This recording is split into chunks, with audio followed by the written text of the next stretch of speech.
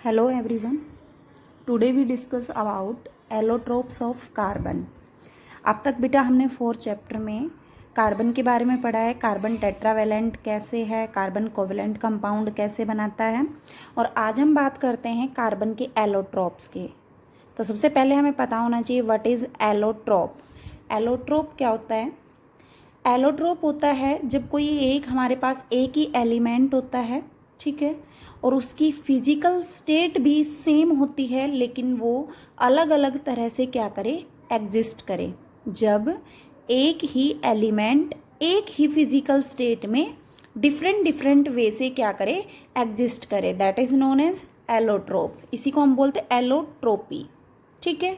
Atom of same element arrange in different manner in same physical state is known as allotropy। क्या meaning है इसका?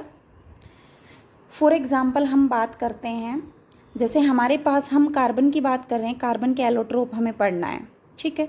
तो atom हमारे पास same होना चाहिए। एटम कौन सा है? कार्बन। सेम एलिमेंट है उसके एटम, मतलब कार्बन एटम की बात कर रहे हैं, ठीक है। तो कार्बन के जो एटम हैं वो अलग अलग तरीके से क्या हो, जॉइन हो आपस में, ठीक है, और उनकी फिजिकल स्टेट क्या हो, सेम हो। जैसे कार्बन के 2 एलोट्रोप जो मेनली हम पढ़ते हैं, first is graphite, second is diamond. First is graphite, second is diamond. देखो बेटा, ग्रेफाइट जो बनता है वो भी कार्बन कार्बन कार्बन इनसे बनता है, डायमंड भी कार्बन से बनता है। इट मीन्स दोनों के पास एटम किसके हैं? सेम एलिमेंट के, किसके? कार्बन के, ठीक है। सेम फिजिकल स्टेट होनी चाहिए। ग्रेफाइट भी सॉलिड स्टेट में होता है, ठीक है, डायमंड भी हमारा सॉलिड स्टेट में होता है, लेकिन इन दोनों का जो एटम का रीअरेंजमेंट है ये अलग तरीके से ज्वाइन होता है, ये अलग तरीके से ज्वाइन होता है। इनको हम क्या बोलते हैं? उस एलिमेंट के एलोट्रोप्स, ठीक है। अब आ गया होगा समझ में एलोट्रोप क्या होता है।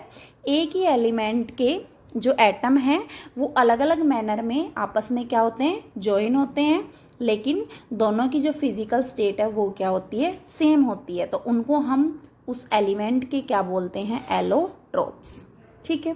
तो एलोट्रोप में जो मेन पॉइंट्स हैं वो क्या हो गए? फर्स्ट इज दोनों के पास सेम एलिमेंट के एटम होते हैं, या जितने भी एलोट्रोप हैं उनके पास सेम एलिमेंट एटम प्रेजेंट होगा, ठीक है। दूसरा, दोनों में एटम का जो अरेंजमेंट है, arrangement of atom is different. केवल क्या डिफरेंट होता है? एटम का अरेंजमेंट। थर्ड, फिजिकल प्रॉपर्टी दोनों की क्या मिलेंगी? सेम। फिजिकल प्रॉपर्टी दोनों की क्या मिलेंगी? सेम। फोर्थ पॉइंट है, sorry, physical state. Physical state दोनों की सेम मिलेगी, लेकिन बेटा फिजिकल प्रॉपर्टी दोनों की क्या मिलेगी? डिफरेंट मिलेगी, ठीक है। फिजिकल प्रॉपर्टी डिफरेंट मिलने का मतलब जैसे उनका कलर कैसा है, अपीयरेंस कैसी है, दिखने में कैसे हैं वो, ठीक है। तो फिजिकल प्रॉपर्टी दोनों की डिफरेंट मिलेंगी, लेकिन फिजिकल स्टेट क्या मिलेंगी? सेम मिलेंगी। अरेंजमेंट ऑफ एटम डिफरेंट मिलेगा। एक ही एलिमेंट के एटम से वो सारे एलोट्रोप्स मिलके बने होंगे, that is known as allotrope. अब हम बात करते हैं फर्स्ट जो एलोट्रोप है हमारा, ग्रेफाइट। कार्बन का एलोट्रोप है, ठीक है। ग्रेफाइट का फॉर्मूला क्या है या सिंबल क्या है इसका? वही क्या है? सी, क्योंकि कार्बन का ही एलोट्रोप है, जो कार्बन का फॉर्मूला होगा, सिंबल होगा, वही किसका मिलेगा? ग्रेफाइट का, ठीक है। तो जो ग्रेफाइट है, ग्रेफाइट में हमें जो बताना है कि एटम के जो अरेंजमेंट है वो कैसा है। तो इसमें जो एटम का अरेंजमेंट है उसमें 1 carbon attach with 3 carbon atom. एक कार्बन एटम कितने कार्बन एटम से जुड़ा हुआ होता है? 3 कार्बन एटम से। जैसे ये हमारा 1 कार्बन एटम है, ये कितने कार्बन एटम से जुड़ा हुआ है? 3 कार्बन एटम से। ठीक है, ग्रेफाइट में जो कार्बन एटम का अरेंजमेंट है वो इस तरह से है, एक कार्बन एटम आगे कितने कार्बन एटम से जुड़ा है? 3 कार्बन एटम से। ठीक है, दूसरा इसमें जो हम स्ट्रक्चर इसकी पढ़ेंगे दैट इज लेयर्ड स्ट्रक्चर। कैसी स्ट्रक्चर है? Layered structure. इट मीन्स एक लेयर हो गई, इसके नीचे एक लेयर और आएगी, उसके नीचे एक लेयर और आएगी, इस तरह से सारे कार्बन एटम आपस में क्या होंगे? ज्वाइन होंगे। जैसे तुम्हारे बेटा बुक में है पेज नंबर 61 पे देखो, ये है ग्रेफाइट की स्ट्रक्चर। एक कार्बन एटम आगे देखो कितने कार्बन एटम से जुड़ रहा है? 1 2 3।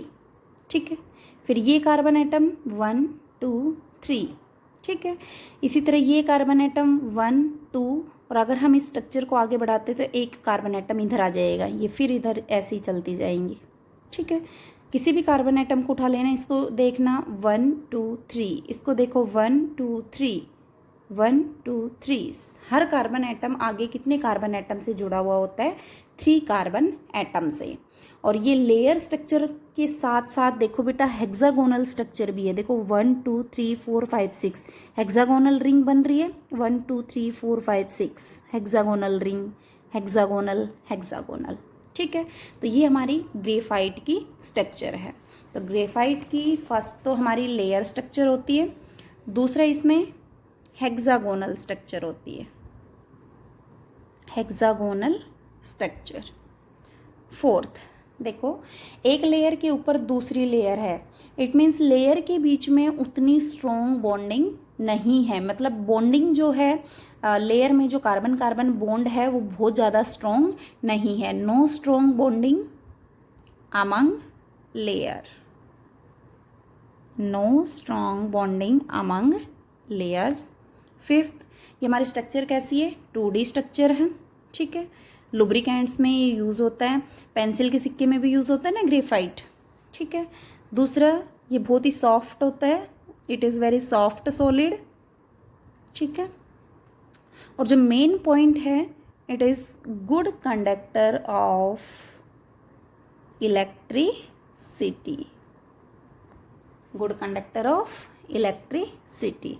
देखो ग्रेफाइट हमारा स्मूथ है, स्लिपरी है, लुब्रिकेंट्स में यूज़ होता है, बहुत ही सॉफ्ट सॉलिड होता है, गुड कंडक्टर ऑफ इलेक्ट्रिसिटी होता है। पूछ सकता है कैसे है ये गुड कंडक्टर ऑफ इलेक्ट्रिसिटी? तो देखो बेटा, ये हम स्ट्रक्चर पढ़ के आए हैं, इसमें जो कार्बन एटम का अरेंजमेंट है उसमें हमने क्या बताया था? एक कार्बन एटम आगे 3 कार्बन एटम से ज्वाइन हो रखा है।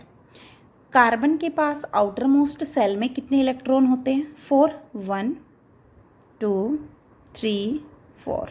ठीक है, लेकिन एक कार्बन एटम कितने कार्बन एटम से जुड़ रहा है? 1 2 3। ग्रेफाइट के स्ट्रक्चर में केवल 3 कार्बन एटम से जुड़ रहा है। It means 1 electron is free, है ना? 1 इलेक्ट्रॉन इज फ्री। अगर एक इलेक्ट्रॉन फ्री है, वही फ्री इलेक्ट्रॉन किसका रीजन है? Good conductor of electricity. तो ये हमारा है ग्रेफाइट। सेकंड इसमें आता है बेटा diamond. Second is diamond. Diamond का भी बेटा वही फॉर्मूला हमारे पास क्या है? सी, जो कार्बन का सिंबल है वही हमारा डायमंड का है, क्योंकि ये कार्बन का एलोट्रोप है। डायमंड में जो कार्बन एटम होते हैं उसमें जो अरेंजमेंट होता है, तो 1 कार्बन एटम आगे 4 कार्बन एटम से क्या होता है? जुड़ा हुआ होता है। 1 कार्बन एटम आगे 4 कार्बन एटम से जुड़ा हुआ होता है। जैसे ये हमारा 1 कार्बन एटम है। ठीक है, ये हमारे आगे कितने कार्बन एटम से जुड़ रहे हैं? 4 कार्बन एटम से, 1 2 3 4। ठीक है, ये 4 कार्बन एटम। फिर जो ये हर कार्बन एटम आगे 4 कार्बन एटम से जुड़ रहा है, ये 1 2 3 और ये हमारा 4, ये 1 2 3 4। ठीक है, इस तरह से हर कार्बन एटम कितने कार्बन एटम से जुड़ा हुआ है? 4 कार्बन एटम से जुड़ा हुआ है। ठीक है, तो ये हमारी किसकी स्ट्रक्चर है? डायमंड की स्ट्रक्चर। इसकी स्ट्रक्चर है डायमंड की स्ट्रक्चर। इट मीन्स ये इसने अपना एक नेटवर्क बना रखा है।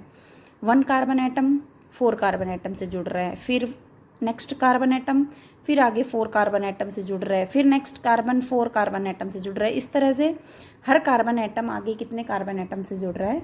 4 कार्बन एटम।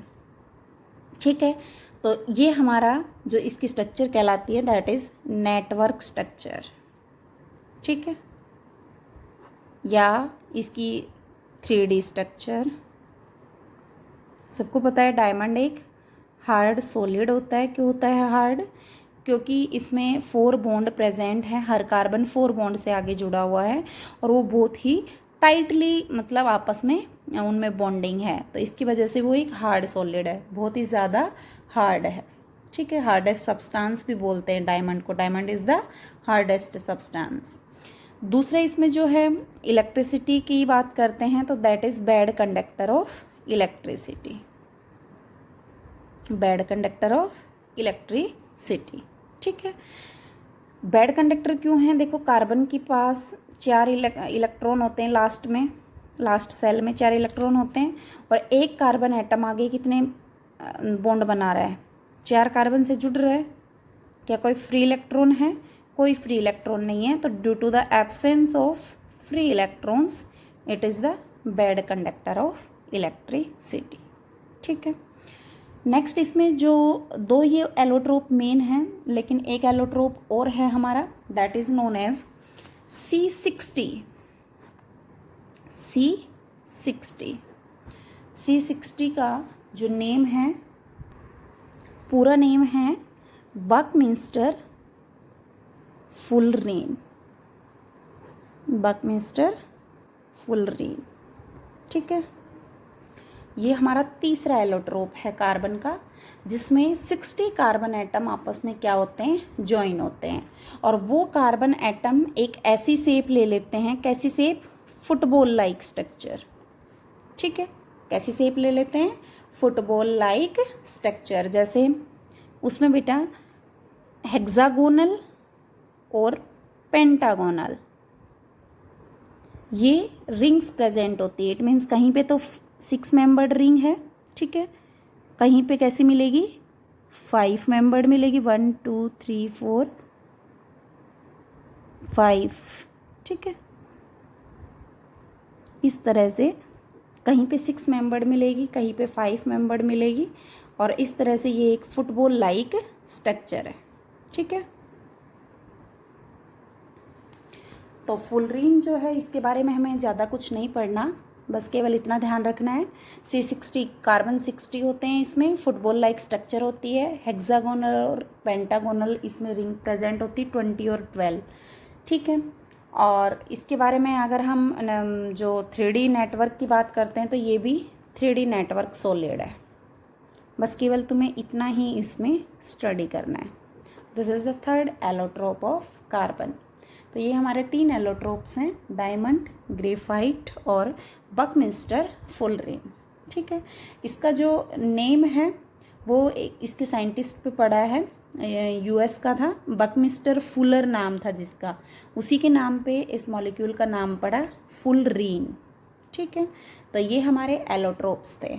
नेक्स्ट वीडियो में हम इससे आगे पढ़ेंगे बेटा, जैसे हमारे पास कार्बन का वर्सेटाइल नेचर है, कार्बन के कंपाउंड्स हैं, वो हम नेक्स्ट वीडियो में स्टडी करेंगे। Okay, thank you.